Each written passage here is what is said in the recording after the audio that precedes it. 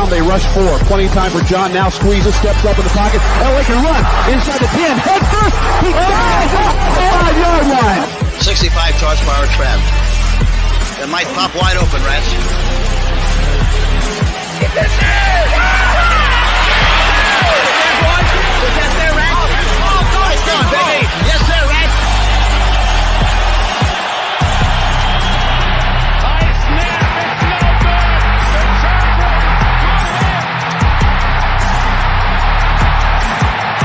Here comes the rush. He sidesteps. Can he throw? He can.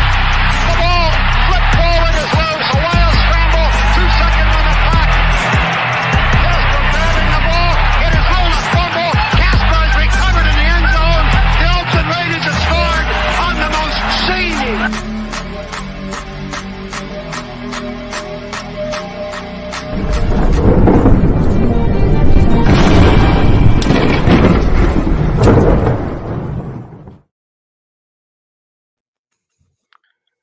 Howdy ho, how are we all doing this evening? And welcome to the Wild Wild West podcast on this Wednesday.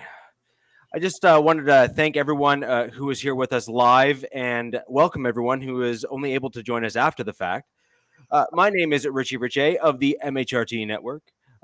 Directly above me, you will notice it is Captain Jack Rackham. Yeah! You don't say. Directly to my left, I have Alex Givens of Arrowhead Addict, and then up and diagonally is Coach Defense of Locked On Defense Podcast. So we have a pretty cool show in store for you guys this evening. We're going to be breaking down kind of a little bit of, I guess, dare I say, what's next for our respective teams in the AFC West. So we're going to start off with who we think might be traded on each of our respective teams. Coach, do you want to maybe go first? Sure, absolutely. Well, welcome again to the Wild Wild West podcast, where the West Side is the best side. I appreciate everybody coming through, and yeah, let's get right into it because I got a few guys that are on my list that I think that are on the chopping block for sure. Starting with Joshua Kelly. I think we talked about him a couple of weeks ago, Alex. You was asking me about him and where he sat with the roster when based on us drafting Isaiah Spiller in the mid rounds in the draft. So I think that he's a prime candidate to be traded, and I would say for sure that that's a good option for somebody that needs a secondary running back. He just didn't fit or hit with us for some reason or another. We had some production issues early on, and then he had some fumbling issues last year. So I think with the idea of Spiller being the heir apparent secondary or 1B back to Austin Eckler, I think he's going to be the one to be shopped around. Under contract, very low mileage when it comes to money that he's being offered right now, being a 4th-round pick. So I think that'd be a prime candidate for somebody in need of a running back via injury or via I need a secondary coach, a secondary running back. That's going to help out my offense. So I think he's number one to be shopped around. And I would think that he may be shopped around for, say, hypothetically, a draft pick and or a wide receiver. Because I still think we should address the wide receiver room as well as from a speed perspective. We have some big play guys when it comes down to possessions and big play, 50-50 ball type of I guess you could say styles when it comes to our receivers, being Mike Williams and Keenan Allen. But I think that we really should address the idea of having a speed guy. There's going to be another element to our offense, somebody that can stretch the field, where teams can kind of play us a certain way. Because I think teams in the past have played us a certain way because they weren't really necessarily scared. And this is a testament to me being a defensive coordinator. If I know that your wide receivers can't get over top of my corners, I'm going to be more aggressive. I'm going to be more aggressive at the line of scrimmage. I'm going to play you at a 20-yard in philosophy versus I'm playing you to get over the top, of my defense. Basically, if I get too exotic with my looks. Mm-hmm. So I would say for sure to have that extra added element of having a speed receiver to be traded for, with Kelly or trading Kelly for a draft pick, that'd be optimal. If you can swindle away somebody that's looking to trade a wide receiver that's going to be a good offensive fit for us, I would say that'd be the best method. And the secondary guy I think that could be traded before the start of the season could be Jerry Tillery. Our former first-round pick interior D lineman. Based upon the scheme change that we've made, I think that he's been relegated to more of a pass-rushing entity versus a run stopper. He's been really troublesome against the run. When it comes down to us being, able to stop him being able to stop the run at this point of attack.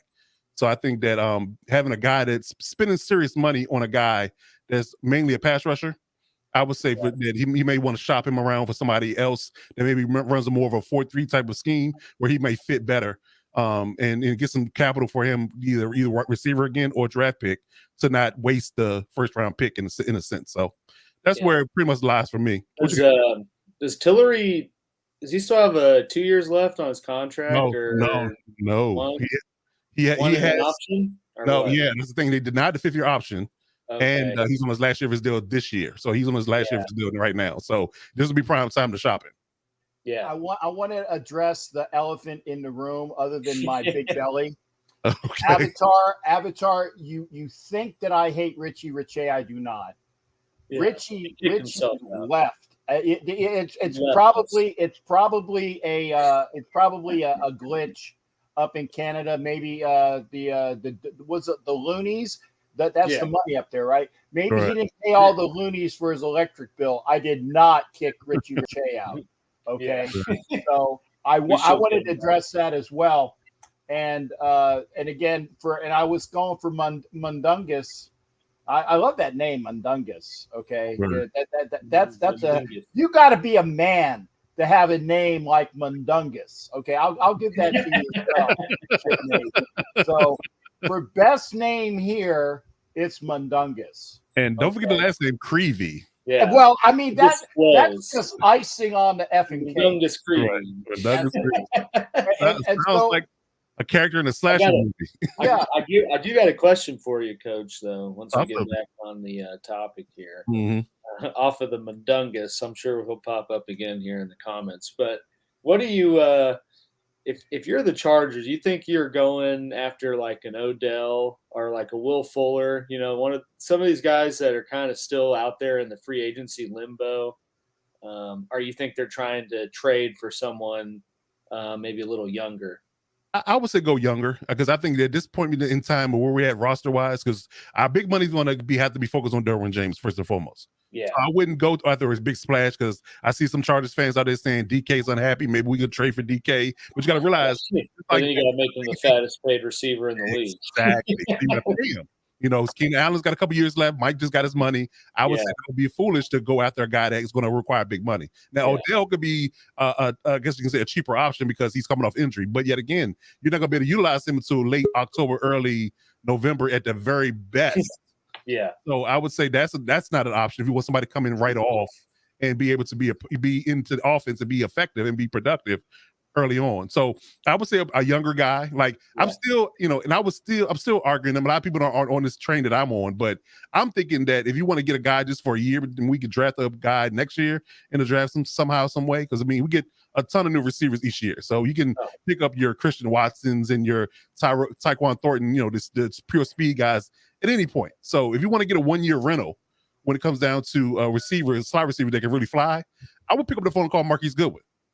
He's one of the fastest receivers that's ever been, classic 4.2 guy, been very solid as long as he stayed healthy, and you're not going to ask him to do a ton because he's just going to be a deep threat guy, and I think he's the least injured all the ones like your Deshaun Jacksons, your Will Fullers, all those guys that have been off injured, they can stretch the field. I think he's been the least injured, and he's had a year off because he took a year off because of COVID. So he's fresh. I think he signed with Seattle, though. I think I swear I just saw him pop up like that had to happen. Like I've been watching the radar, so that had to happen like recently. But like in the ride home for me from work to now, it had to happen. I didn't see that one. Did it really? I don't know. That's what I'm trying to look. I swear I saw his name because hey, GTS, man. That means Google that stuff, and I cleaned it up. I cleaned it up, man. Yeah. I mean, I actually even follow him on Twitter just because this off chance that he might sign. Well, see, I think but in the line of that thinking, though, I think someone like Will Fuller is kind of a pretty appealing option as well because he'd be cheap. Because I mean, clearly he can't play a full season, but at the same time, he's not going to Houston or Miami where he's going to be expected to kind of carry the load. Right. You got Keenan Allen and Mike Williams there, so that he might have enough left in the tank. Yeah, that leads to my point that he wouldn't be asked to do much, but he'd be a deep threat option. So the idea of him getting hurt would be less. But the only problem I have with Fuller, he's more brittle than most of the rest of the guys we named. He hasn't had a full healthy season since he's been in the league. So do you want to, invest in that versus another guy? Like I said, if Goodwin's still out there, I would go with Goodwin over Fuller all day. That'll be my where I put my money at. But yeah, I'm with you. Like I said, it's just you're not going to be asked to do a whole lot. Like same thing with Callahan. Like he's not going to be asked to play every single down, so he should be healthier. So a lot of guys that have injury histories, that injury tag when it comes down to them being off injured in the last few years. If you're not asked to play every single down, then the likelihood of you getting hurt is less. Right. So here's the problem with Callahan though, is every time he's on the field, he is almost always the best corner on the field. Because when he is healthy, dare I say, he is elite at his position. His issue is not his skill. He's got that in just heaps and heaps and heaps and loads. The problem that he has is him staying healthy. And I think the trap that so many fall into, and I think that the Chargers may also fall into this because it's so difficult to not just simply play the best complement of players that you have is he's just so good. You want to play him. Yeah. Because then you're sitting there saying, I have a healthy guy who's one of my best on the bench. And then you're knowingly putting a subpar person in his place. So I think that's that's always what seems to happen with Bryce. Yeah. I think the level. What'd you say, Alex? I'm sorry, I missed the part. But maybe that's why they made a priority to get a J.C. Jackson too. So you kind of have a 1A and B, and don't necessarily have to account for Bryce if he is dealing with something. Because I mean he's a corner, so obviously he's probably going to have some pulled hammies at least a few times during the year and things like that. Right. As Alex reading my notes here, I'm looking around like make sure you didn't steal my notes because that's exactly what I was going to say. You don't know that, but there's a mirror behind you that's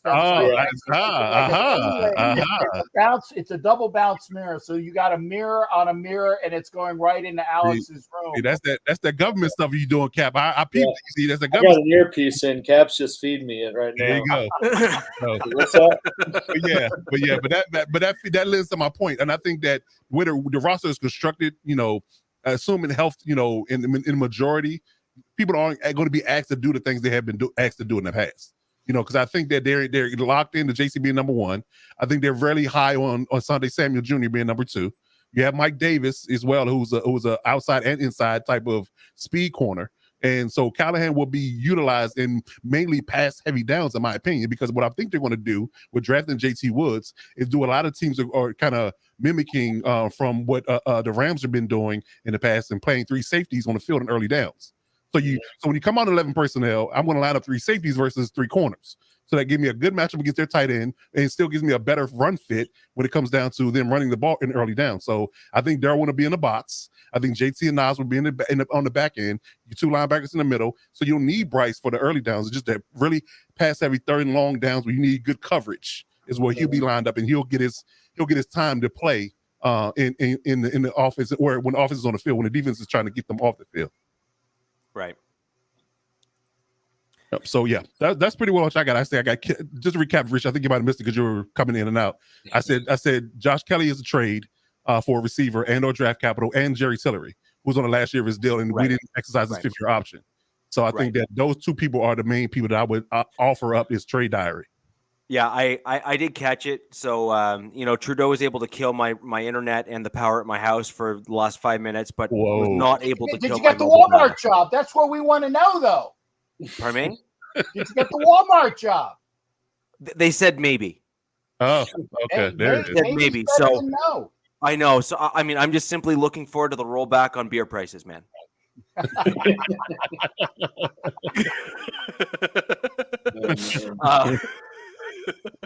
So,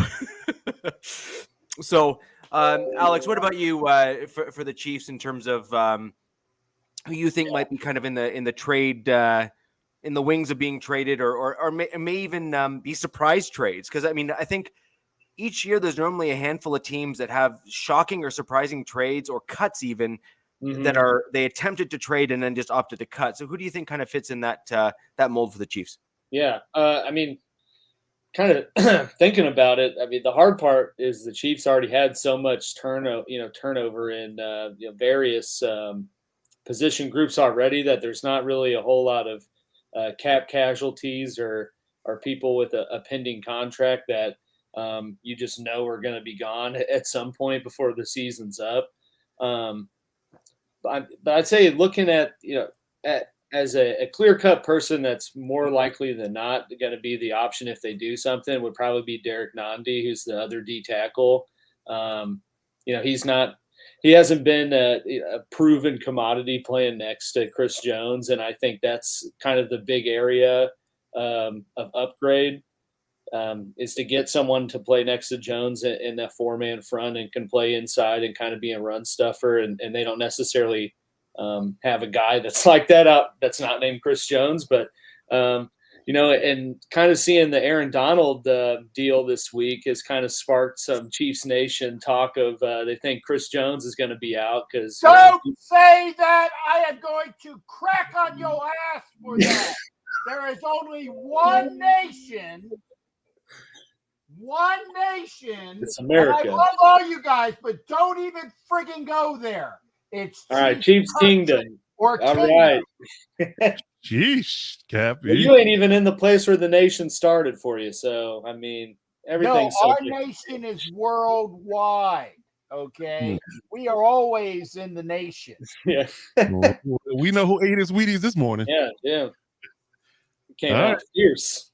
Yeah, he definitely came I'm out. sorry, that's one of the things that's like one of my pet peeves. All right, well, I mean, not to try and correct the Chiefs guy for the team, but isn't it Chiefs Kingdom? Yeah, Chiefs Kingdom. Yeah, that's what I thought. All right. Yeah, and that's why I said you got your own friggin' name. Use it. Well, I didn't think. I kind of thought nation was just so ambiguous and kind of applicable to multiple things. It wouldn't really offend anyone. But here I am. Yeah, so, right. But anyways, as I was saying, I think there's been talks this week in Chiefs Kingdom about potential for Chris Jones to be on the move because he'll probably want more money than Aaron Donald, but I don't see that happening unless someone's willing to pay hand over fist in draft capital and someone close to his talent level. Chiefs are not going to do that, and we'll probably see him leave after the season if they don't work that out. But I'd say trading Derek Nandi, the other D tackle, is probably the most probable. Unless for some unforeseen reason they can't get a deal done with Orlando Brown and feel like it's better to just move him. But they've already had so much turnover this year. I don't really see them kind of having people there for sure going to be trying to move as we go into the season.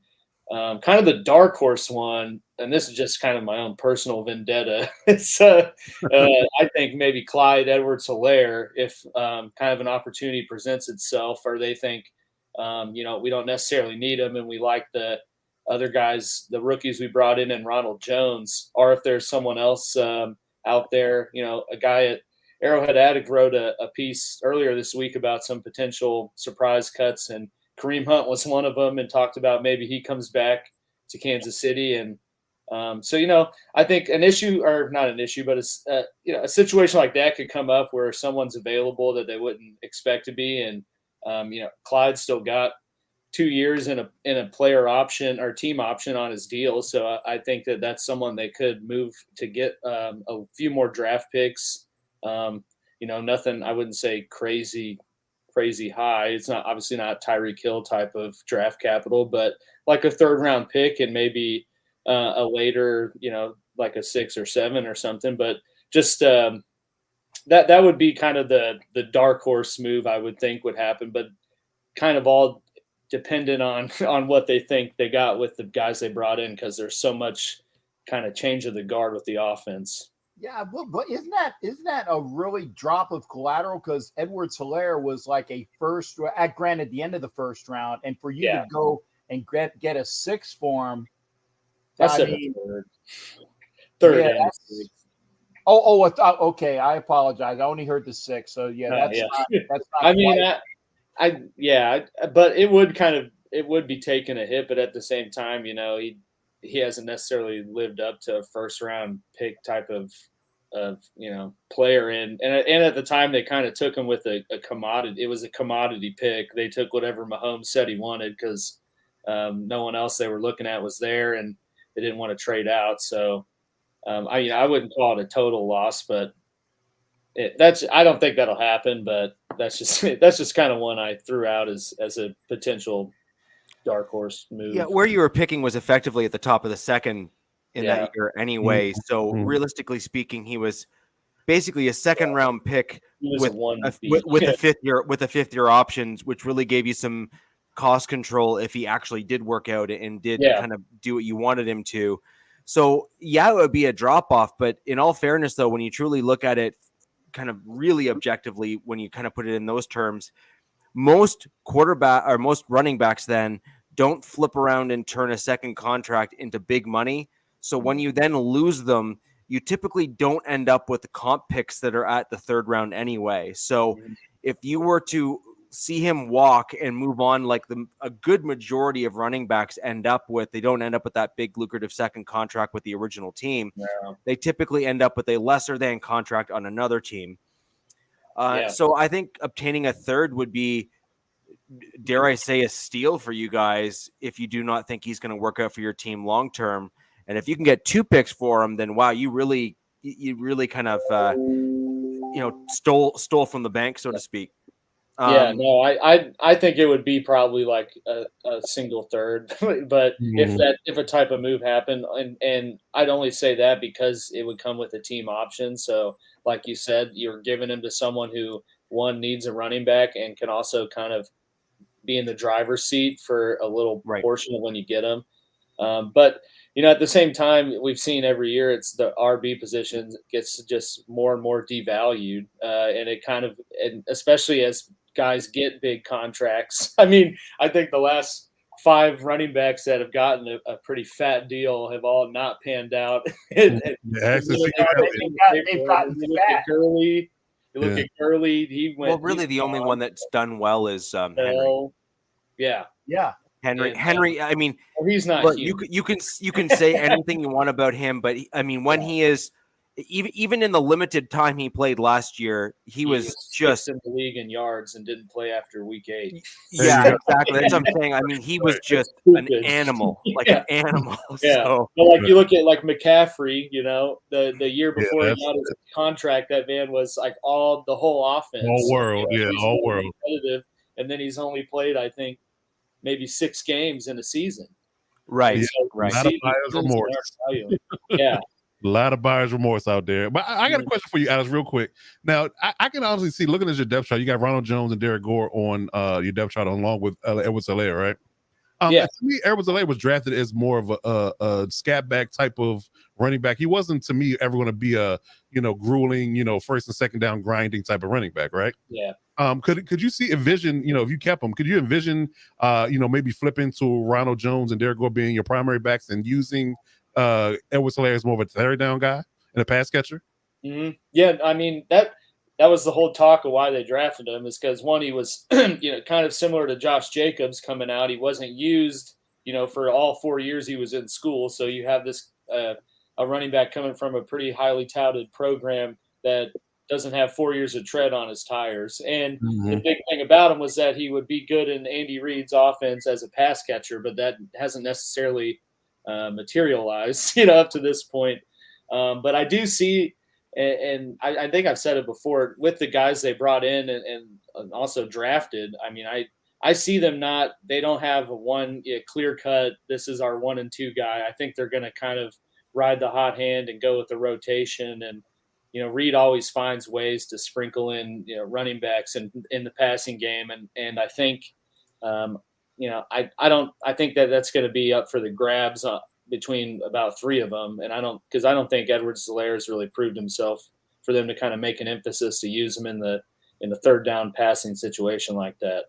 Okay. And it all could be mute because we're talking about the Chiefs and running the ball. So there's always that. There's always that. What? Yeah, I said a Cap. Okay, I'll just say that's things that we don't hear very often. I just wanted to make sure that I don't know, man. I'm pretty sure Jamal Charles would put up like 200 on at least every team in this division once. So I mean, at one point they did run the ball. Yeah. Thank you. How long ago was that? Yeah, who your quarterback was that kind of leaned. Don't forget. Was so effective because he had to be. Yeah. He had Patrick Mahomes back then. So having an elite pass thrower, kind of lends to you, doing what Reed really wants to do for the ball. So and that's not he's an RPO guy. So the run's only there if the defense is aggressively playing the pass, type of thing. Right. So actually the one question I did have in terms of, you mentioned how he's not really the guy that they kind of drafted him to be, or he hasn't really lived up to that draft potential. Do you think that might be because of Andy Reid? And I'm only saying that because when you look at the Patriots, like when Josh McDaniels was their OC, he had White as his running back there, who was that kind of pass catching, fill certain and specific voids on the offense in certain plays and situational style football. Whereas the Chiefs, you guys seem to want to use guys in more unilateral and universal roles in the offensive side, and as opposed to look at situations and plug guys into certain situations to do certain things to just win their battles. Mm-hmm. So do you think that some of his lack of production may be because of the way he's been used, or do you just think that he maybe lacks maybe the motivation or hasn't put the time in the weight room to, power through, or, any kind of one of those types of, excuses or reasons? I'd say, I'd say maybe they were a little ambitious in how they thought he would plug into Andy Reid's system and be able to reproduce what he did at LSU. Especially with running backs, I feel like that's the hardest position to be able to estimate how they're going to be in your scheme, because so much has to mesh for a running back to be successful. He's got to, have a pretty solid offensive line that knows what they're doing and knows where they need to go and knows the scheme. And, up until last year, I'd say the Chiefs didn't necessarily have that all that well. I just think that I think that definitely played a factor, but I just say maybe having Mahomes kind of changed and how the first season went. They kind of went into the next year with sort of a change in the mindset of using the passing more as their run plays. Because that was kind of the talk of Mahomes' first year as a starter, is how the Chiefs would just throw a quick slant and get 3 yards, like how the Ravens would run a dive and get 3. And right. That's just kind of been the identity of the offense and how they move the ball. Right.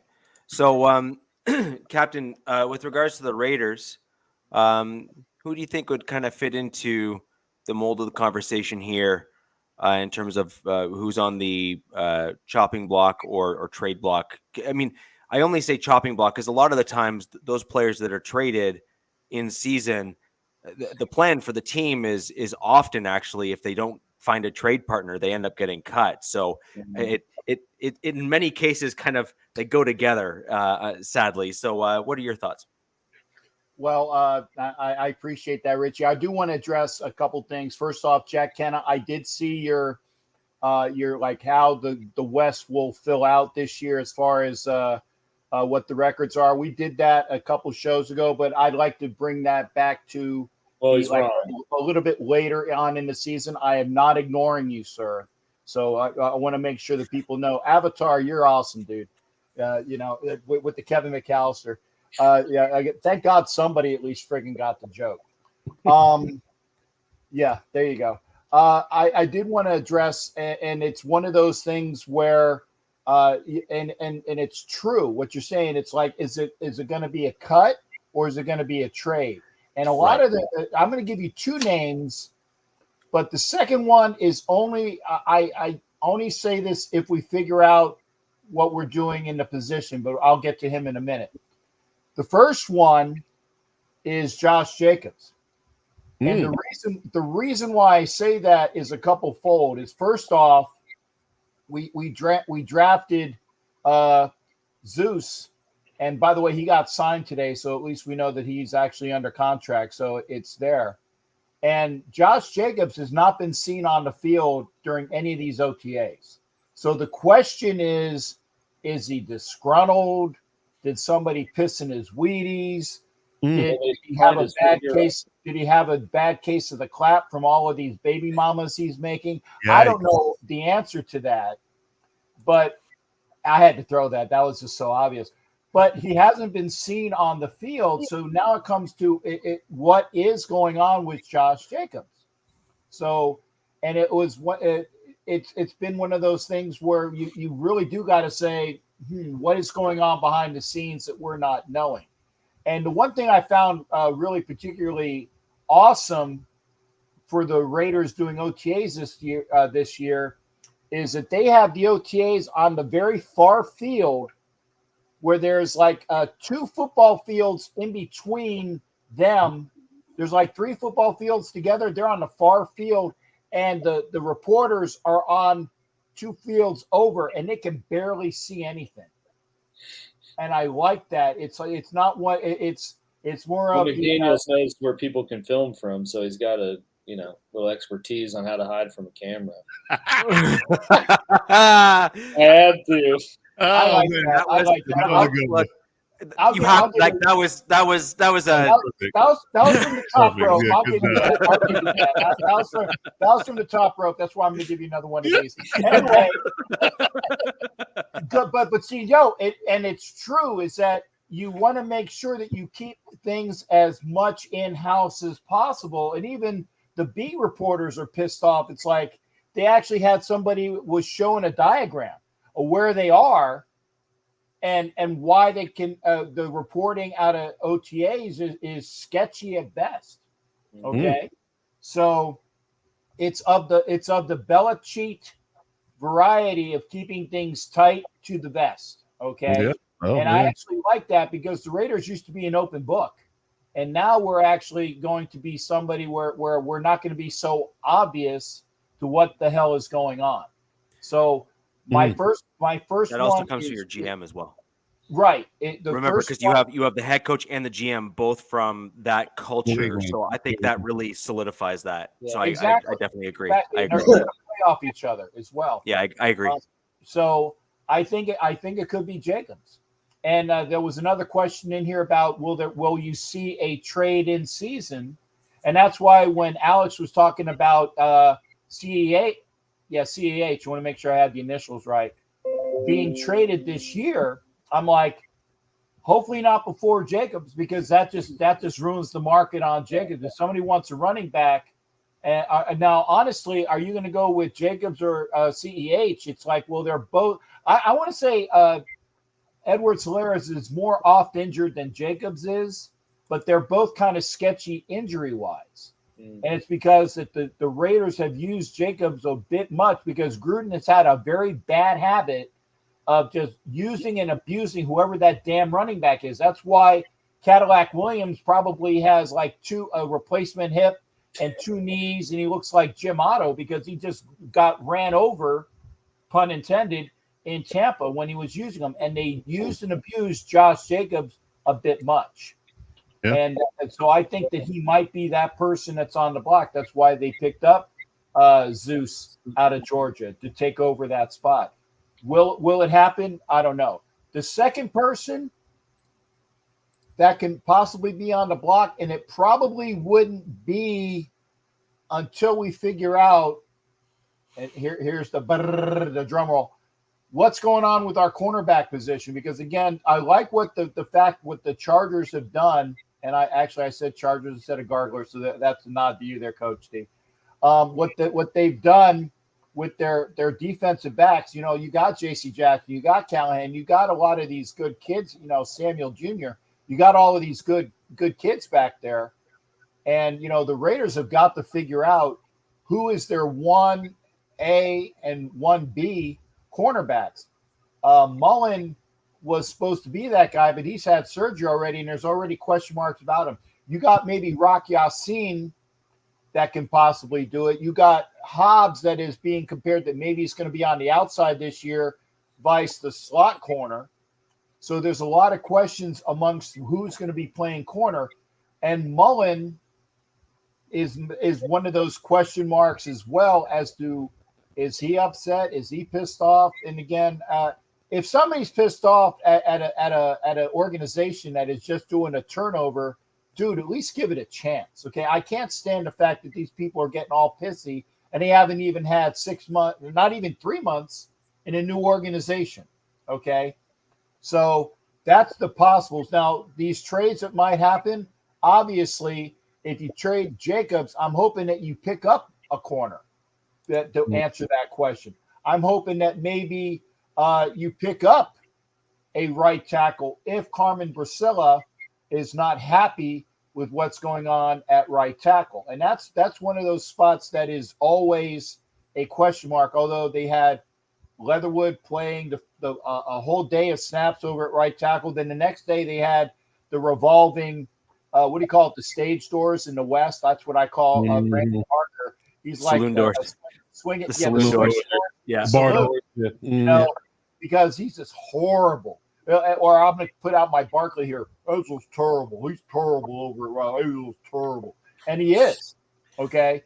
But there's something that's being seen by him. So there's been a big influx of guys switching positions. You don't know who those 5 guys on the offensive line are going to be for the Raiders. They're going to play their best 5, but who is that going to be? We don't know. So we'll see.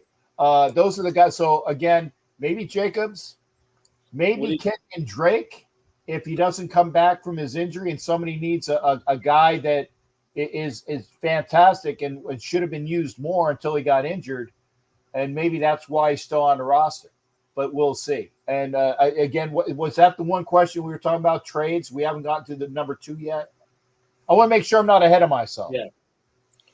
Yeah, we're talking about who do you think we might trade away, which would likely be for draft capital at that point, and some of them may end up just being outright cuts if our teams can't trade them. So I mean that's certainly a possibility as well. What do you think that the Raiders would get for trading a guy like Jacobs? Like what kind of draft pick? Well, I would think at least a 3 and a 6 based upon what the views are of the panel here. Well, he doesn't have a 5th-year option, so they're only getting a guy for 1 year who's a free agent. Whereas, and that's Alex, that is a good question. I would say, honestly, a 3rd. I would say a 3rd because, again, if you're lucky, it also depends upon who is training for him and why and how what do you call it? Not obvious. How responsive, how needy. Thank you. There's the word. How needy that team is at running back. Okay. Yeah. If it's like, hey, yeah, we'll trade for Jacobs because he's a guy that we want to have, or oh my God, we just lost 2 of our running backs, and we really need a productive running back. Hey, let's call the Bengals and see if we can get Carson Palmer off the couch and give him like a couple 1s and a 2, like a Lawrence Welk trade. Because the Raiders were needy at the time. Okay. Mm-hmm. So it depends on how needy that team is. But I would say I get a 3 and then maybe a 4 or some collateral after that as well. Yeah. I think like comparing top end draft pick between those 2 we talked about, I think you're more likely to get a higher pick with the Jacobs probably than Hilaire based off of production on the field. I just think Hilaire has a little more lucrativeness to him with his contract and where he's at right now compared to Jacobs. That's why I wanted to ask. Yeah, and Jimmy Farrell says that we should be get a 2nd for Jacobs, which is good. That's the reach. Again, like I said, the amount of years that Edwards-Hilaire has, he has that extra year. I mean, but to the right team, I think a team in a situation, and if there's a team out there with maybe 2 second rounders and they need a running back, no, see it. no. I'm gonna bring up a good point here. Let's look back a year. Sony Michel, who was a former first round pick. That's true. What did he go for with the Rams? That's the market. Like a 4th or 5th, something like that. It was a low round pick for the Rams. Yeah. So that's going to be the market for a former first round pick being traded on the back end of his deal. But that's going to be apples and oranges though, because Sony Michel was like productive for his rookie year, and then you didn't hear about him for 2, and then he was traded. Well, like Josh Jacobs was there. Right, because the same thing. It was Larry. We're talking about running backs here, because most people draft running backs in the 2nd and further rounds. Like we got Spiller in the 4th. Yeah, and DZ even agrees with me, and I know he ain't a Raider fan. So, thank you, DZ. I think you'd be a stretch to even consider a second for him. To be quite honest, I think a 3rd might even be a little bit much, because I think the challenge. I think the challenge before. Exactly. So I think the challenge with Jacobs is that he has a shown productive early stage of his career, and Captain, I think you nailed it. He was uber super productive right at the very early stages of his career, and then he was so overused that he's kind of just been on a slight decline ever since then, and he may have plateaued, but he's basically gone from way up here to kind of down here. And I think the problem is that GMs and other teams are going to look at the decline and taking off like the Raider glasses and looking at it completely objectively. I think you'd probably be looking at a 3rd and more than likely not a 4th. And I also think that the same would kind of go for a Clyde Edwards-Helaire. Yeah. Sadly for you guys, I think, again, taking off like the respective glasses and being objective about it. Simply because trust me, I am very, very what is it? Unbiased when I look at things analytically. I am an analyst, and I don't have silver and black glasses on. My glasses are quite friggin' clear, although they need to be clean. I'm sorry, I still can't see a thing with those up to the camera. I saw a losing record in the Raiders' future. That's what I saw. Yeah, do you understand the words that are coming out of my mouth? Yeah, yes. I think, like I said, if you get somebody that is running back needy, you can get that 3rd. Yeah, I would say that the only caveat to that, if you can get a 3rd, you can weasel a 3rd out of any team at this point, would be they had their run heavy offense, and their number 1 running back is lost for the season. They had high expectations. It's if you lose somebody like Nick Chubb, somebody like that, like you lose a guy like that I can see Dalvin Cook goes down. I can see that you being desperate in a sense and going after a guy that you need, that's going to be a catalyst or be going to catapult your offense. But if you're looking for a secondary running back and you're looking for a complimentary guy, no way you're spending anything above a 4th or 5th round pick for. No way. Even with that, last year the Ravens lost, I think, running back 1 through 3, and I don't think they traded for anybody. They just signed Freeman off the street. They just kept picking up guys off the YMCA and the local rec. Yeah. They just, can you run? Got him at the YMCA. See, I think I started. I'm sorry, guys. I apologize on Cat's behalf.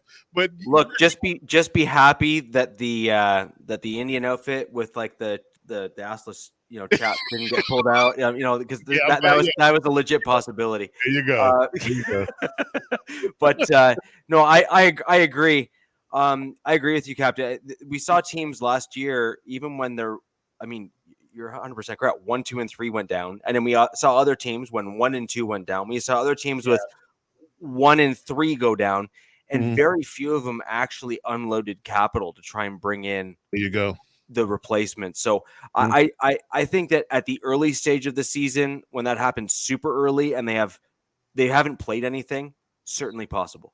Yeah. However, I think it's going to be unlikely. Your number of teams is like 1 to 2. Yeah, I'd say Atlanta.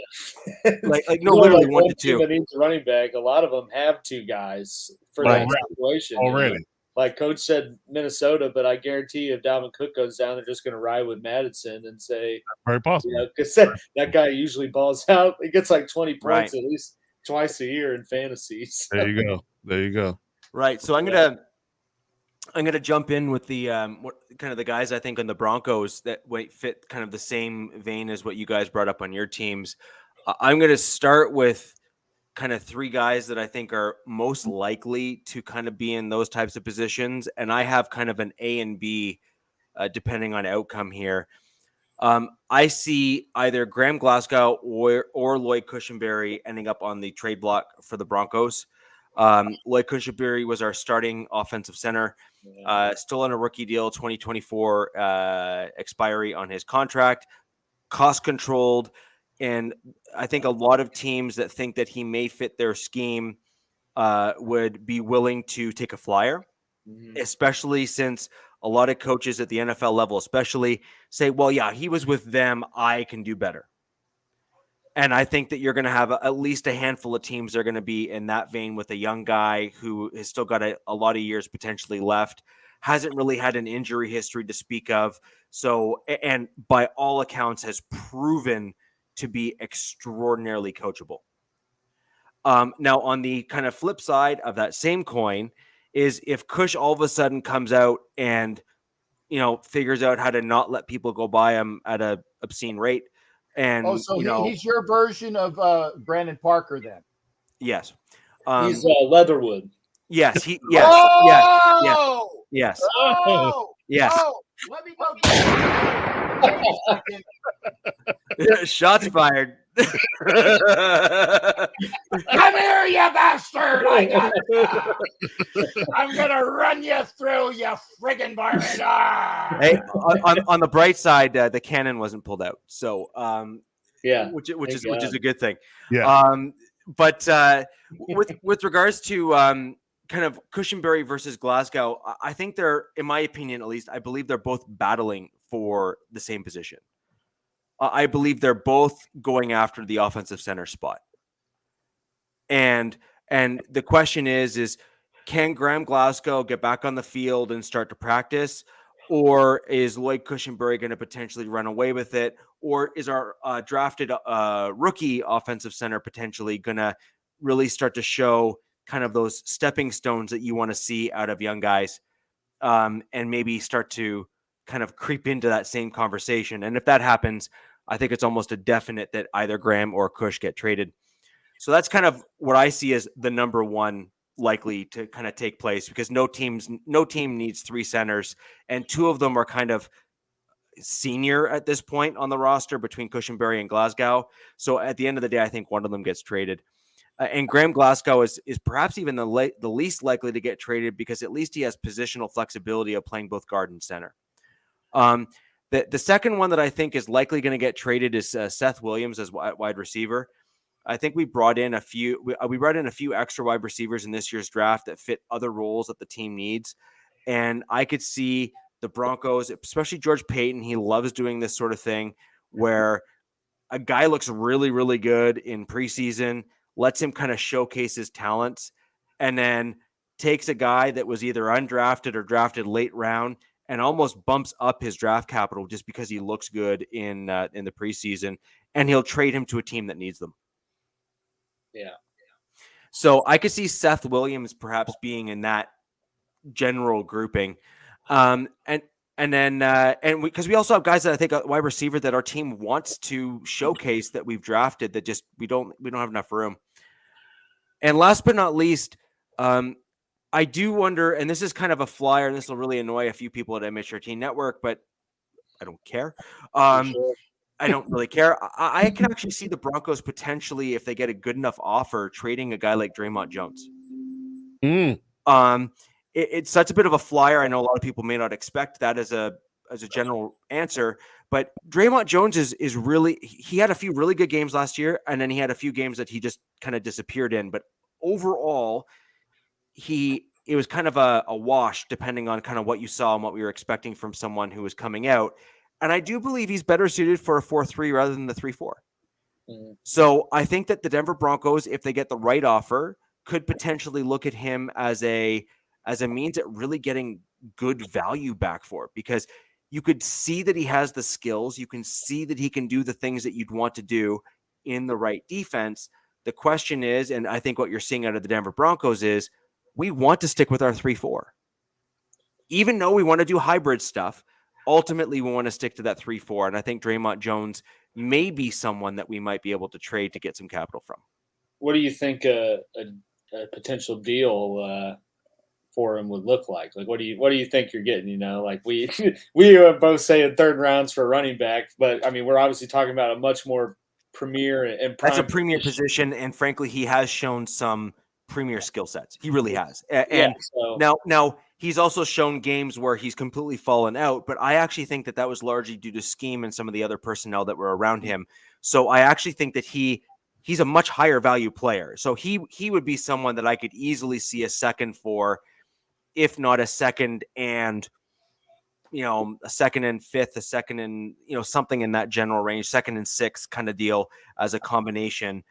He's also the type of player that I could see us perhaps trading him and a player for, as opposed to him and a late round draft pick. Yeah. So for example, if we get a good inside linebacker who maybe is at the back end of their deal, but then trade him to the second, so like a second and then a starting caliber inside linebacker, I could see kind of a deal like that getting done perhaps for him as well. But again, I only think that it's like one of those offers that you can't refuse, like the Godfather style deals, because he is on a cost controlled contract, and he has certainly shown potential. I like that cost controlled contract. I like that. I have to use that. That's a good one. Yeah. You're welcome.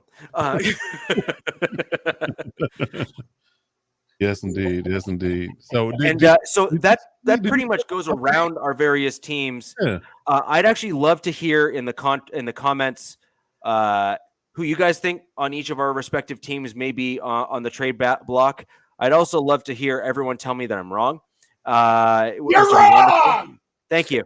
And if you guys have any questions about any of the players that we had, or want to kind of explore our reasonings, why we think, why we picked them, you can let us know down below. And everyone who has joined us live or is going to be joining us after the fact, you can go and hit that like button. Hitting that like button on each of our respective channels really helps the algorithm with the video and helps us reach more fans of our respective teams and get our names out there. And that subscribe button. Don't forget the subscribe button. That's right. And that subscribe button. Yes, indeed. Yes, indeed. Rich, did you mention any potential upgrades that you guys want? Because I know we kind of alluded to in our takes. Did you kind of mention any upgrades that you might think that you could get in trade or? No, I stuck with just the trades. But if we're going to delve into that as well, my upgrade positions would probably be our inside linebacker spot.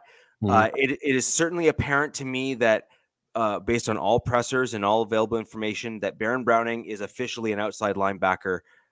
It pains me a lot to have to say that aloud, because I thought he did exceptionally well at inside linebacker last season, but it certainly appears that he has been moved kind of on the permanent basis out to the outside, which in my opinion leaves certainly a depth problem at the very least at the inside linebacker spot.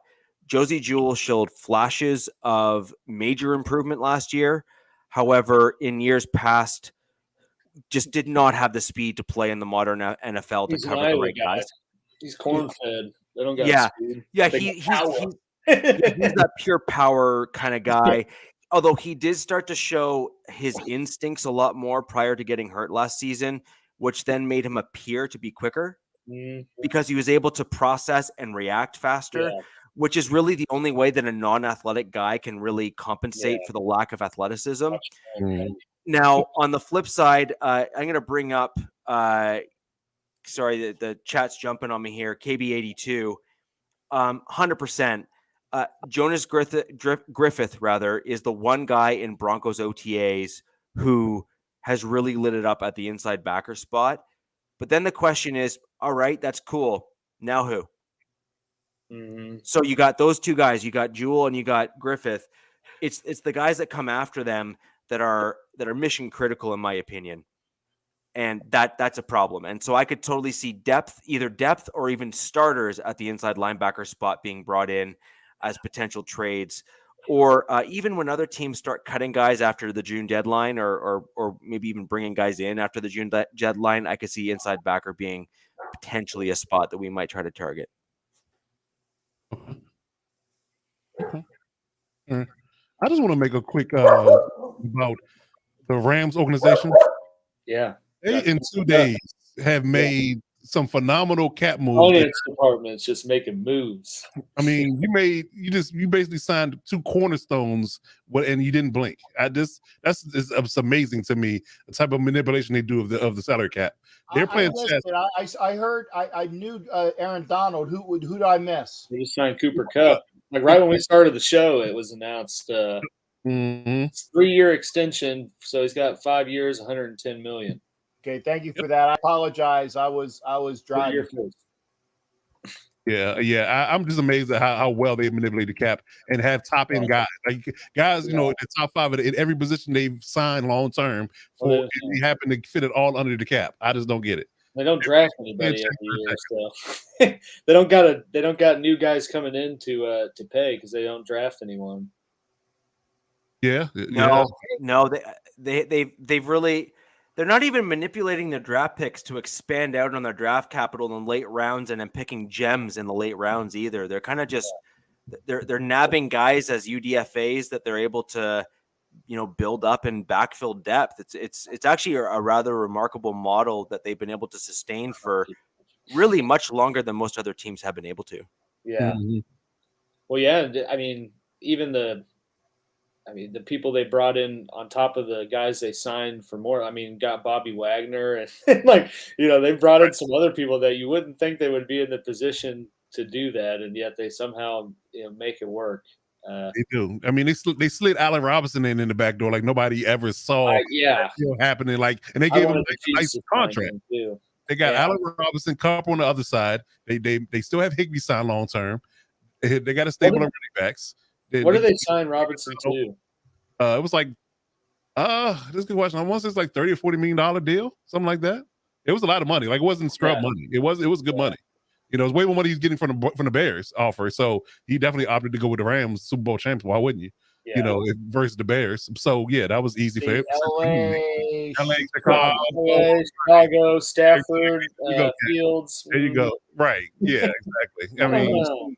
Chicks who eat a lot of brats and stuff, or bikini models. Okay, there you go. Right, there you go. Real easy. Aaron Donald signed long term, Jalen Ramsey long term, Bobby Wagner 3-year deal. I mean, corner. We're talking every position. I just named. Every position is a top 5 in their position in the league. Yeah. Like you can rate it however you want to rate them, but it's not the best player at the position. Exactly. Right. They fit all that under the cap, and they pay Stafford in the offseason. They pay Stafford as well. Let's not forget that. They pay the quarterback as well. So they're playing just like checkers. I don't get it. But we need to whoever in that financial department needs a raise. It's that Sam's Club money. It's that Walton family money. So the Broncos about to be in the same boat. Yeah, well, maybe. I think that's an interesting segue into the latter part of the show here, where we're getting into some additional news. So we have Cooper Kupp's extension. We have the Denver Broncos have officially entered in and selected the finalist in the bid for the purchase of the team, and that is the Walton Group. I have to look up the other name that's part of it. However, she kid, isn't it? Pardon me? I think it's like his kids. No, it's George Lucas's wife. Oh. So it's the Force. Pardon me? May the Force be with you. Yes, thank you. Yeah. And so the two of them as an ownership group have kind of joined together to purchase the Broncos. I believe the number that's being tossed around now as the winning bid was $4.65 billion. A lot of cheddar. That is that's lots of cheese right there. Mm-hmm. And so that's kind of where that's the number that's being tossed around at the moment as to in terms of what the winning bid was. So it'll be really, really interesting to see what's I in like store. that. Black points in that. That's a good one. Investigate the Rams. Hey, that's Black Thanos, man. I had a question for you. That is the man. Yeah. Oh man, it's funny. I saw a tweet that speaking of the Broncos, I saw a tweet that it said the new Color Rush jerseys were leaked, and it was a Walmart smock. I don't know how many of you follow MHRT Network, but our very own Mr. Boggins put out a custom graphic of our very new Broncos greeter, which was Rob Walton at the very entrance to the stadium with the vest on. So I highly recommend going to check out that graphic. It is super, super well done. It was hilarious. Nice. Okay. All right. So any more OTA news in Raider Nation or Chief Kingdom before I speak? Yeah, there you go. Better get that crap right, man. There's not too much from the Chiefs Kingdom perspective other than kind of the continuous monitoring of when Orlando Brown's going to get an extension and when that deal's going to get done. Kind of in the same vein that the news I wanted to talk about, I'd say probably about half an hour before the show started, I saw an article with the plaintiff's attorney for all the victims in the Deshaun Watson suits going on, talking about they're going to amend to bring the Texans in as a party, all of them, because kind of the New York Times. I don't know if you guys read the New York Times piece, but they did a pretty extensive dig into what Mr. Watson was doing, at these hotels, and it kind of came out that the Texans were aiding and abetting a fugitive. Plausible deniability on their end, because I mean, it wasn't a whole lot of extensive, assisting him, but they did give him an NDA or non-disclosure form for him to start having these masseuses fill out after a couple instances happened, and there's testimony in deposition settings from Deshaun Watson himself that he told the Texans about some of these situations that happened. So it's kind of been more facts come to light that, what we all probably already knew when this all started to come out, that every team paying a guy multi-million dollars is going to know what he's doing, but it's just going to be interesting to see how that kind of plays out now that they're kind of bringing the league in, or at least, a subsidiary, if you will, of the league into some pretty substantial legal proceedings. Now, how is it that the Times did a better investigation than everybody else in the league? Like everybody that was vetting Deshaun Watson to trade for him, the Texans, number one, the Falcons, the Browns, the Panthers, the Seahawks, everybody that was vying for his services. How did the Times do a better investigation job than anybody else? And I would argue that the stuff that came out in the last week or so has been more damaging than anything that we've known prior to all of this. Yeah. So I'd say the Times didn't do. I don't say there probably wasn't anything the New York Times found that none of these people already knew. They just shed light on it.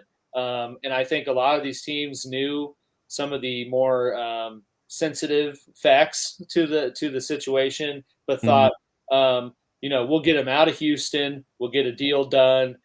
He can get these lawsuits settled. But then you kind of had stuff blow up. Deshaun Watson goes in his first interview with the Browns and says he has no regrets. He did nothing wrong. Then you got his attorney on a national news outlet saying, "Oh, by the way, there's nothing wrong, nothing illegal with happy ending at the end of a massage," and then you got this article. I think just a lot of stuff's been propounding that this kind of blown up more in people. Did he really say happy ending at the end? Rusty said that, and that is why. That was the last thing he said. That was good enough to have a lawyer named Rusty. Yeah. No, Rusty Harden. Yeah. He's represented a lot of high profile people, right? He's good. But that was legit the last thing he said on an interview. He said, "Oh, by the way, it's not illegal unless money's exchanged for sex. So it's just a happy ending. Nothing wrong with that." Then you have. He wasn't at the Wild Orchid in Stewart, Florida, though. It's just tell your business, Cap. No, that's friggin' Kraft there, Coach. Kraft was there. That was Kraft at the Wild Orchid. Thank you. Okay. And clearly the orchid is very wild because I didn't know the name of it. I just knew it was Florida. I didn't know the name of it. But Stewart, Florida, Orchid. Yeah, I actually have a question on that, Alex. Just given the details you had on it. So, what I found interesting is one, just call me naturally skeptical about this sort of thing, but I find it interesting that the Times chose now to finally look into something. And so that's interesting in and of itself. So there's that. Two, I question exactly their sources on those types of things, just because of some recent events. They've had some rather questionable stories that they themselves have put out, and they really ought to have retracted, but they chose not to. Or when they did retract, they put it on the back page, with the obituaries, and tried to kind of slide it under the radar for the stories that they actually got wrong. So there's kind of those things just kind of stacking against them a little bit. But that's funny. However, with regards to the accusations that are present, from a legal perspective, we have now had two different courts analyze the current cases that were, the previous cases that were there, which are basically, I think, two less now than what have been brought forward, if I'm not mistaken. And the criminal courts basically said there's not enough evidence. He cannot be indicted. This is a he said, she said at best. The short answer they basically said was just no. Yeah. So with that as a premise for this, looking at, this damning article and looking at the cases that have been brought forward, the standard within a courtroom, while I agree, is higher. What do you think that means for these, what are effectively civil cases? Yeah. I don't think there's going to be anything criminal to come out of this. Whether there's more facts or more suits that come in or not. From what I've seen on the grand jury and not indicting him and what they had as far as the prosecution had in terms of evidence, a lot of hearsay, which is, like you said, just word for word accounts with not a lot of physical evidence to prove that anything other than a massage happened. Which, there's two different standards. The criminal is obviously like beyond a reasonable doubt, which is a lot higher to meet in terms of what you got to have to get someone to say, yeah, this happened, and there's nothing that is out there to make me say otherwise. Whereas these civil ones is just more likely true than not. So that's the standard all these people have to meet, and frankly, probably a lot of them are out there and going for the purpose of to get some money. Obviously they went through something tragic and unfortunate if everything's found to be true, but I don't think there's anything criminally that's been done. And I mean, while his attorney is an idiot for doing that on the news and what he said, he wasn't wrong in that nothing illegal actually happened or criminal. Is it disgusting in the eyes of the public and things like of that nature? Yeah. But, he's not going to, I don't think, going to be facing any sort of, of criminal liability with any of these, regardless of what additional stuff comes out or not.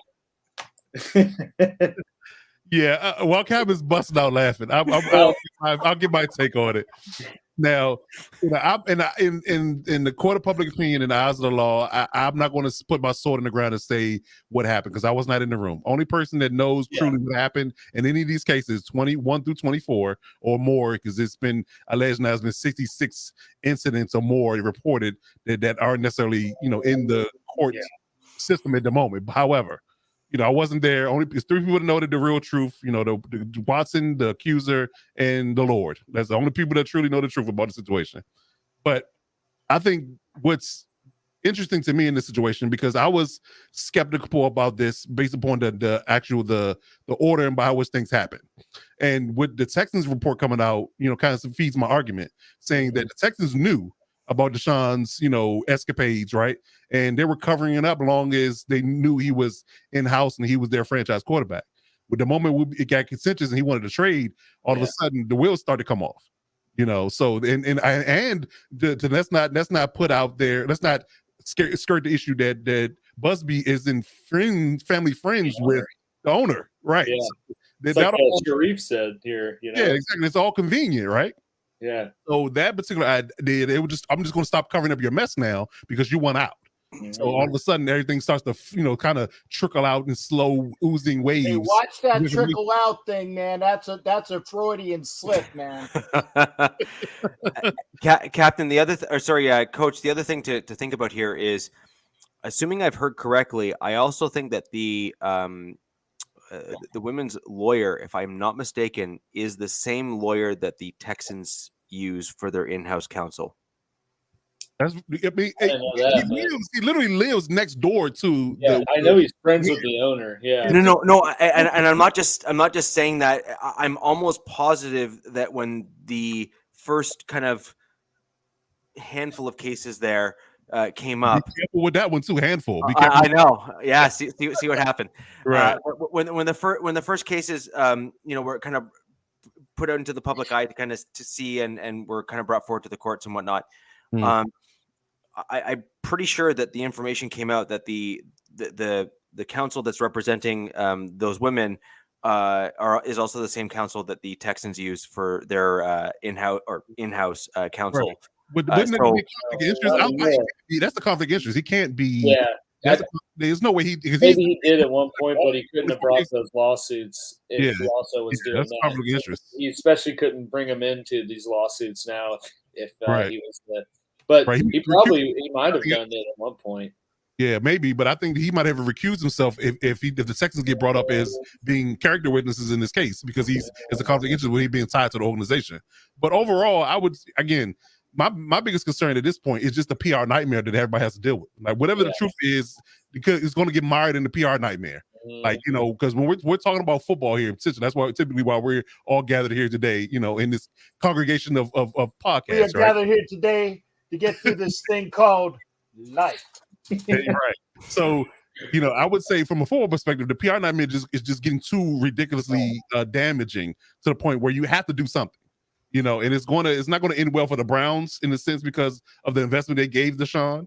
It's not going to end well for his character, because people are just looking at this because everything's coming out from the plaintiff's perspective, but the defendant is not saying anything. So who's the public to believe at this point? The women are saying this thing's happened. Deshaun's not saying anything. His lawyer is completely and utterly off the rails.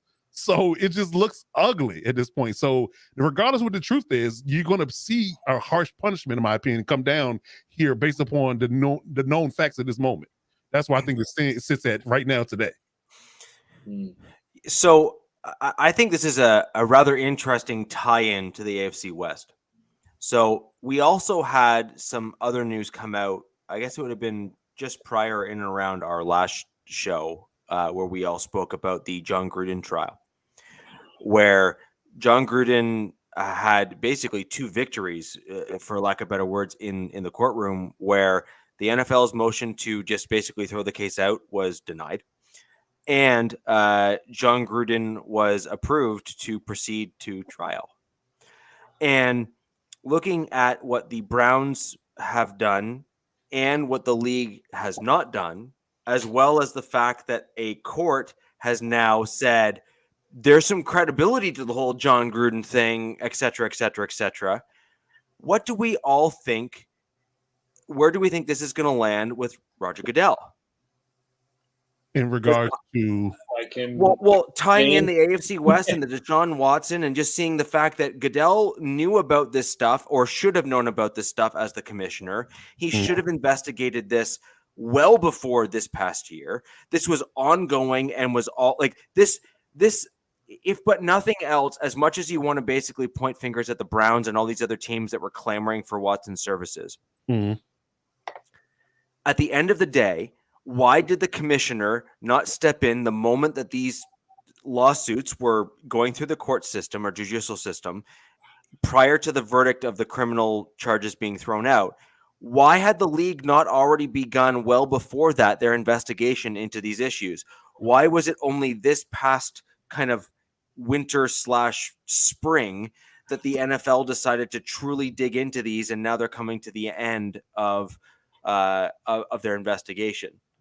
And tying all of that into the AFC West specifically, John Gruden's trial basically coming up rainbows and unicorns for Gruden and his case. certainly, in my opinion, does not look well or does not paint Roger Goodell in a good light when it comes to both public opinion as well as potential job security or even a contract extension. Yeah, this is. I think what we're not privy to is really what is the telling moments in these cases, because I think the NFL is clearly privy to the inner workings and the evidence that's being presented in these cases, and as well as anybody doing independent investigation. Same thing with Gruden's situation. I think that what you present in court ultimately determines whether or not your case has merit. Same thing with Deshaun Watson's case. When they presented the criminal charges, they said they didn't have enough merit to charge him with criminal allegations. I think the same thing with Gruden's situation. Whatever they presented, and we don't know what they presented as far as emails, any type of tangible evidence. We don't know exactly what that is. So I think that really dictates why they went forward with. Sorry, Coach, can I just jump in quickly on the Gruden case, just because I think it's pertinent to kind of maybe what you're about to say, is in the court of law, and there's someone else in our panel that can perhaps corroborate what I'm about to say. It is extremely rare for a judge to rule from the bench without saying, I will come back to you with an opinion. Yeah. The judge ruled from the bench in the Gruden trial and said, no, yes. And typically speaking, in cases like that, I'm speaking from the court of law perspective. I'm not speaking to what was presented or any of those types of stuff. But when the judge rules from the bench like that, it is typically because the judge is effectively turning to the side that they're ruling against. Your case that you presented was so laughable, or basically attempting to prove a point, that it just no. and obviously the judicial system in both the United States and in Canada is very proper, and they want to follow the proper process and procedure because it needs to be presented with a certain kind of air of independence and all that other kind of stuff. But to rule from the bench in any case is so rare that says a lot. Like that in and of itself, actually says something. Yeah, I would definitely agree. I mean, it's like I said, it's just the judge had to have some type of reasoning behind why he wanted the case to go forward. Like there has to be some type of preponderance of evidence to say that the case has merit.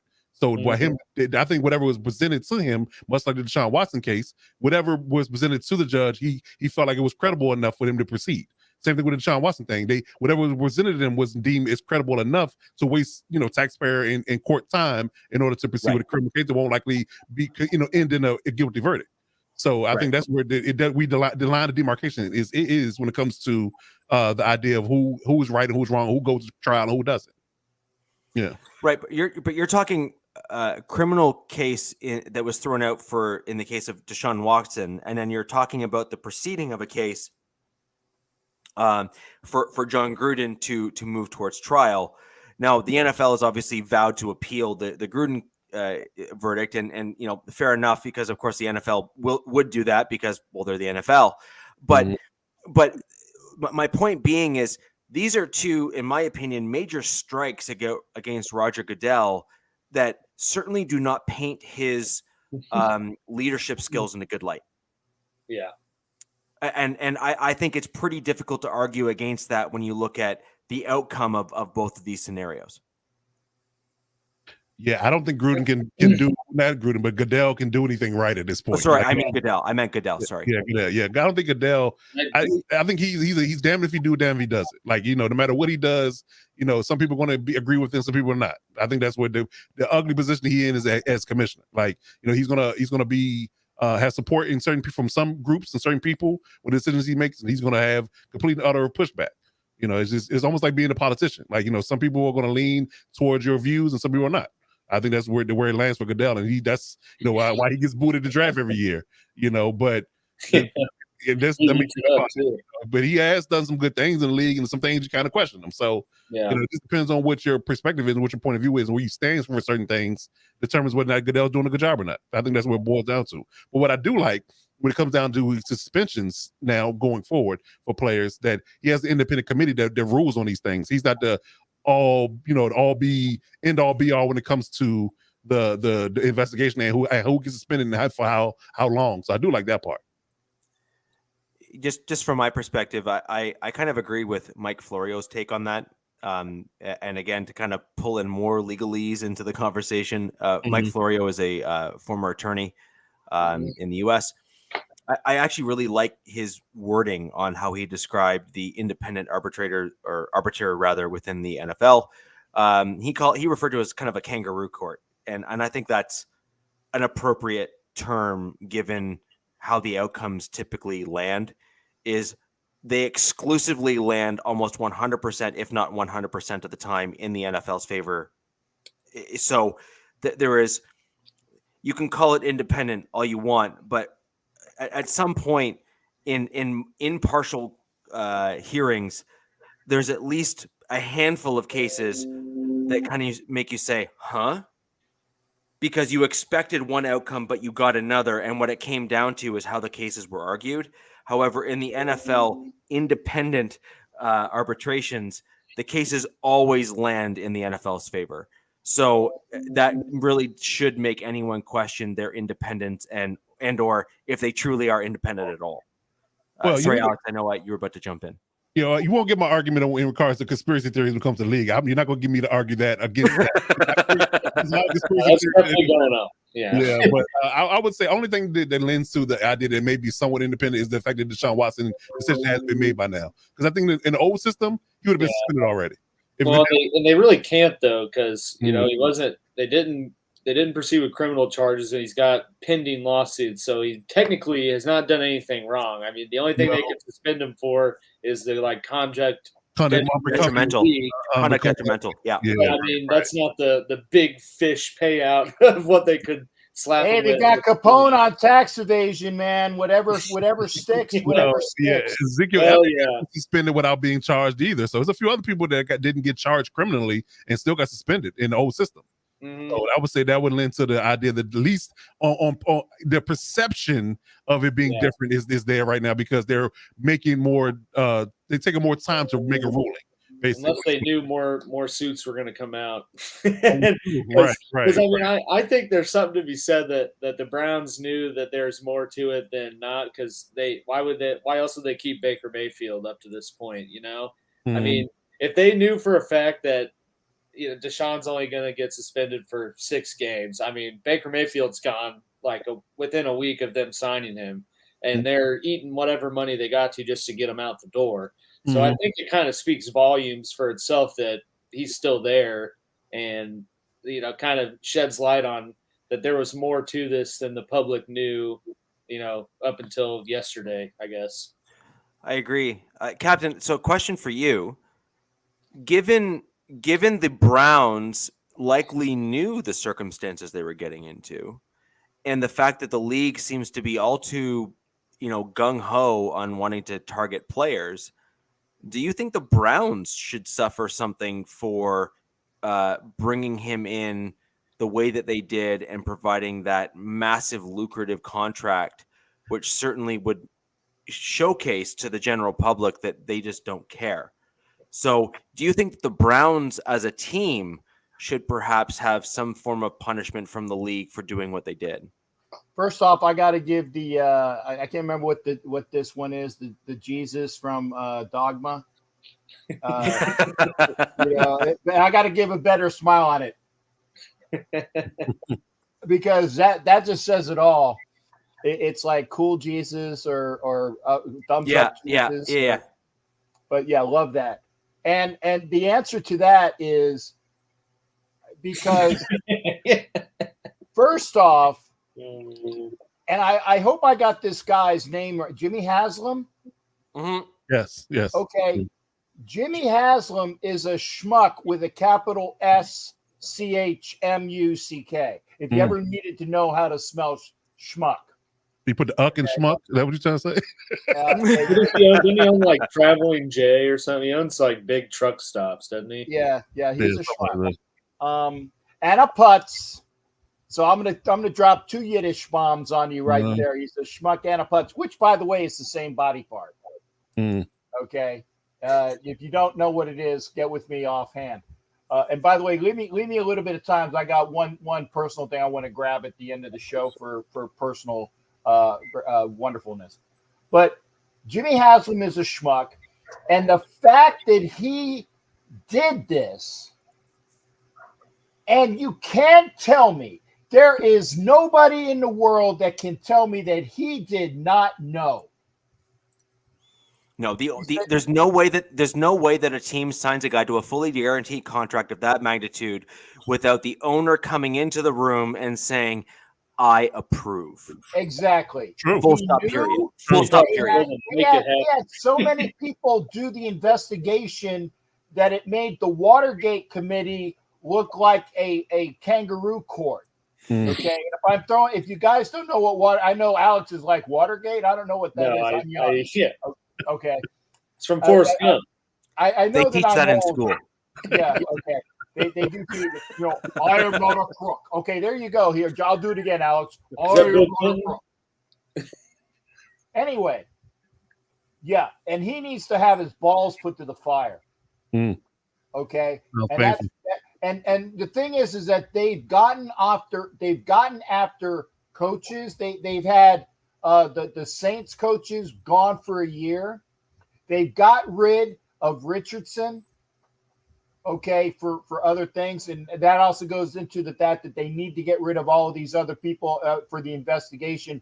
But if you're going to do something, you got to do something to Haslam because, A, he's a schmuck and a putz, and he knew. And the worst thing is that everybody in the NFL hates him because he had the audacity and the gall to give this guy a fully guaranteed contract for what, $230? $230. And it's not like the people on South Park. Yeah, he wanted $250. No, he got $230. Okay. Yeah, you just wanted $250. No, we got $230 though, which is just as bad. That buys a lot of repping Denver. That buys a lot of massage oil. I'm just going to say that. I was going to say, I'm dropping all these references. South Park and Watergate. Yeah, those guys are from Denver. Thank you. Oh, yeah, there you go. Yeah, there you go. $250. Well, he almost got $250. But the point is that they need to grill him. The only bad thing is that the Browns are such an inept organization that fans around the league don't want them to get that punishment because they want them to continue to fall all over themselves and how screwed up they are. So it might be that, Goodell, who will probably, he's going to get fried eventually.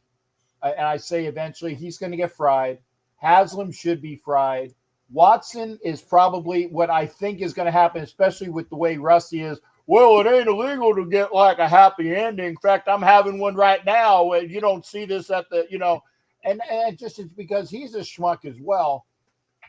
But something bad will happen, and I think that what's going to happen is they're going to do something bad to Haslam, and I think Watson's going to be gone for the year. He's probably going to go for only 6, but because of the stupid ineptitude of everybody involved, they're probably going to say, you know what? You already gone a year and being paid. Now you're going to be gone a year and you ain't going to get no $250. Well, they structured this contract to have him on $1 million in base salary, and the guaranteed money is a signing bonus, so he gets that money regardless. But he ain't going to get the rest Unless of it. Unless they can void his contract with these additional suits. Yeah, with what is it like the lady said in Porky's here? There's another one. Turpitude. Moral turpitude. There you go. There's another big. I'm throwing them out there today, baby. Keep up with me, coach. Keep up with me, baby. You're all over the place. You really are. I'm throwing out moral turpitude and Watergate and everything. I'm all over it today. High fire. I didn't mean to. Man, this is pinball right here, guys. It really is, baby. That's been on film. But no, he needs to do that, and he needs to be fried, and we'll see that. I'll pose a general question. I'm just going to throw a bomb into the chat real quick. Do you think that the Browns went for this particular move because they were so desperate for a quarterback, because they've got the quarterback position wrong for 40 years. Do you think they did this for the simple fact that I don't care that he has all these pending things, as long as he plays football for us at some point, because we've got the quarterback morbidly wrong for so long that they just went all in and didn't care what his transgressions were? Do you feel like that was why they did it? Yeah. Yes. I think it was there's a 50-50 shot. They either thought, one, he's only going to get suspended for like maybe 6 games, and with what they knew, or they did not research as much as they represented and do their due diligence and just said, F it, it's Deshaun Watson, it's not Baker Mayfield, do whatever we got to do to get him and sign him, do whatever he wants. It's one of those two, but they most definitely made that move because they looked at their roster and said, we're one quarterback away from, being in the discussion of the rest of the teams that are picked to win the AFC every year. And so they definitely had blinders on. I think we saw exactly what the Browns were thinking based on the fact that they kept Baker Mayfield. Yeah. Look at the structure of Deshaun Watson's contract, and then look at the fact that they kept Baker Mayfield. Last year. I really think that the collective group of the 4 of us were all thinking probably the exact same thing. As soon as the Deshaun Watson contract came in at that massive dollar value that it did, we all expected Mayfield to be traded like the next day. So, right? Yeah, I think in normal circumstances, that guy's traded maybe even the same day they sign Watson, let alone the next day. And then all of a sudden, a week, a month, and then you're saying, okay, they know something I don't. And lo and behold, you also then get the details of the Watson contract, and it's like, no, we gave him guaranteed, but then we gave him like a $1 million first year signing. Checking in savings. Yeah, so they basically my savings. So the Browns basically said, NFL, we believe that you're going to suspend him for the year. Don't worry, we got our previous guy from last year on our roster that we're basically going to screw, and then kick him to the curb. And then next year, after you suspend Watson for the full year, just because you feel like it, that then we'll kick Mayfield out the door and then we'll bring in Watson. True. Like he's owed $18 million. And the NFL, I think at this point, I honestly think that the NFL at this point here, if they're truly wanting to kind of step up and say that we do not want our young men in the league to treat women this way, I truly believe that they need to take a stance with the Watson or the Browns owner in this respect and say, all right, Haslam, you want to do that? We are fining you $80 million. That's a lot. Or make it worthwhile. Make it worthwhile. You have to basically put it to a point where it's like, oh, and you need to make every other owner at the NFL level say that the NFL has finally taken a stance and that behavior is unacceptable. Yeah. I think if they do that, they better do something to old boy in DC. Oh yeah. No, I actually think that he should be suffering similar consequences. I completely agree. Yeah, I think it's the team. Like let's be real. Like I have a young daughter. The stuff that I've seen come out of the Commanders, and I'm using that in air quotes because that wasn't the name at the time, but the stuff that came out of the Commanders organization was appalling. Oh yeah, appalling. Absolutely. And I think, as I've said the last show when we kind of covered that information in that NFL news, the sad fact and truth of that particular story was the fact that the actual major issue that happened out of that organization was the mistreatment and exploitation of the cheerleaders. And it was a footer, not the main story. Ultimately, in my opinion, all the other stuff, awful, but the main story should have been the exploitation of the cheerleaders, because that was absolutely unacceptable and appalling behavior. And the fact that you end up exchanging photos with other members, both internal and external within your organization, is just, as a father, unacceptable. Oh yeah, I have a young daughter as well, so I definitely Unacceptable. Absolutely unacceptable. Absolutely. I'm definitely on board with you right there. And what bothers me about this situation, again, and to your point, and I don't want it to get lost, is the fact that was a footnote story versus the main story. That should have been right. No, that's what I'm saying. The ground zero issue, the root and the cusp and the genesis of the issue should have been that, and it should not have been anything else. But that was the harassment of the people and the cheerleaders. Right. In my opinion, the cheerleaders should have been the main story. And then the harassment and inappropriate behavior within the organization should have been the secondary story. The problem is that the treatment of the employees and whatnot was the primary, and way down the line as like a matter of fact mention was the cheerleaders. Right. They made more story about yeah, exactly. And it was just like, we have to mention it because we're obligated to. And that was actually what really bothered me, because to me, cheerleaders in football is they match, they go together, and that's like the classic apple pie within like the American culture, right? That's like they just got to go together. But at the same time, those women need to be treated with the appropriate respect within each of their respective organizations that they deserve. And the nonsense that we saw come out of the Commanders at the time was just appalling behavior, things that the NFL should never have stood for.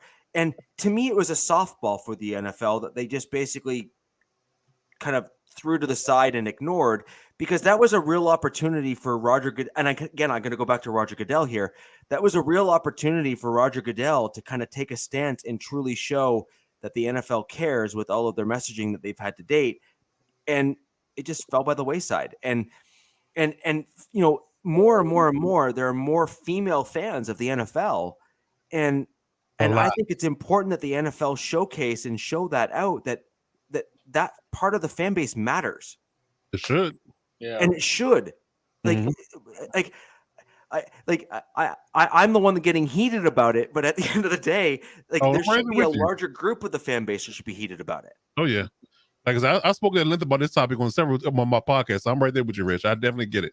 It's one of those things. Again, I mean, just and the society has a problem with this in general, where the root of the issue and the genesis of the issue is never the main story. It's about the person involved, or it's about the money involved. Because I would argue that the Commander's story about the money and the exploitation that SEC brought up, and the I guess you could say the air quote hiding of money from the league, was more of a story and got more press than the allegations of harassment and abuse. So if it ain't about money or if it ain't just about money, nobody cares. Right. I think that's the issue, and that's the problem a lot of people have in this situation and the society as a whole. They don't focus on the root of the issue, because if you don't have the root of the issue, you don't have an issue at all. But people don't exactly 100%. You don't have an issue at all. Guys, we have again run long, and I want to make sure that we got to throw over to Captain, because he had that one thing that he wanted to speak about at the end. So guys, before we fade out, I want to go ahead and throw it over to Captain. Captain, you have something to say? Let's go ahead and throw it out there for everyone. I'm gonna be blatantly, and a lot of people, and I don't do this very often, because I don't toot my own horn. I'm more along the lines of I like to toot and say things for other people, but I just put something up in the chat as well. Brent Musburger is no longer the play-by-play person for the Vegas Raiders. And I'm saying this, I'm not saying it facetiously. This is not a joke. This is something that I am saying that's true. And I know I have fun here, but there is not a job that is more attuned to what my wants and desires that I've always had a hankering for, is to be the play-by-play announcer for the Las Vegas Raiders. And I came up with my friend today with 2 hashtags, and I want everybody that's here on Twitter and it's on YouTube to start using these. In fact, I'm going to start using them myself. This is your new play-by-play person, okay? I have broadcast experience. I've been here on YouTube and Facebook and all those other things. I do sports. I've done broadcasting, and I've done play-by-play, and I've even announced football games, even as sidelight. It's not what I do right now, but there is not a job out there that I wouldn't love to do. And I ask for everybody here, everybody, Broncos fans, Chargers fans, Chiefs fans. I want to make sure I got everybody, and of course, Raider Nation. I ask you for your help and your support. I know how to do play-by-play. I really do. I've gone to school. Okay. I am a person that knows how to do analysis and study, and I briefed when I've been in the military as well as in a civilian. I've briefed audience of generals and admirals. I know how to get up in front of people, and like I said, folks, I don't have a problem with being introverted, and I will be that person that would be the best of a non-professional broadcaster to be brought in. I ask you for your support. I mean this wholeheartedly. Hashtag Captain Jack play-by-play. Hashtag play with the captain. Let Captain Jack be out there as a valued, viable candidate to be the new play-by-play announcer for the Las Vegas Raiders. I ask you for your support, and I thank you. I mean that wholeheartedly. All right, Cap. So I'm going to say this in pure joking fashion, because I definitely hope that you get it, and we definitely will support you on Twitter. But does that mean if you do get it that you're going to leave us? Because if that's not a deal. Yeah, that's not a deal. That's the only deal breaker on this panel, is that you won't have me on anymore. But trust me, I'll come in for guest appearances and have no problem at all. But unless you take us all with you, then that's a whole other ballgame. If you take us all with you, then we you need a sidekick. I can throw my name in the hat on that. There you go. Right. Put our name in the hat as well. We're a group. We're a package deal. We're a package deal. So those of you in the silver and black, especially, you need to vote and vie for Captain Jack. See how that rhymed? And that's an important thing to make sure you get his name out there. Go ahead and use those hashtags. Go ahead and tweet at the appropriate organizations to try and help our one and only Captain Jack Rackham to get to the play-by-play announcer for the Las Vegas Raiders. And go ahead on Twitter and go ahead and try to have Captain Jack and share those tweets with the rest of Raider Nation. And man, I mean, and the Wild Wild West group here should have no problem having Captain Jack announcing those games, because in terms of those as part of Raider Nation, he is at least the least biased out of the group. So you should want that as the announcers for the Las Vegas Raiders game, because man, the only thing that I think we might take issue with is each of our respective teams being called names on national TV, but I can get over that myself.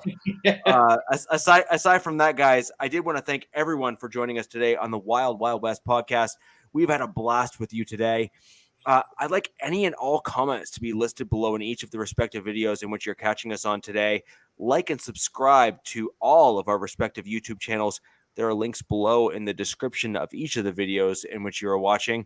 Please go ahead and click through those. It really helps our videos and our channels get up in the rankings.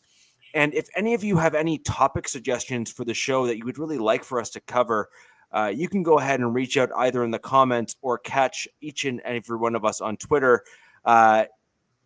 Alex's Twitter handle is right there below.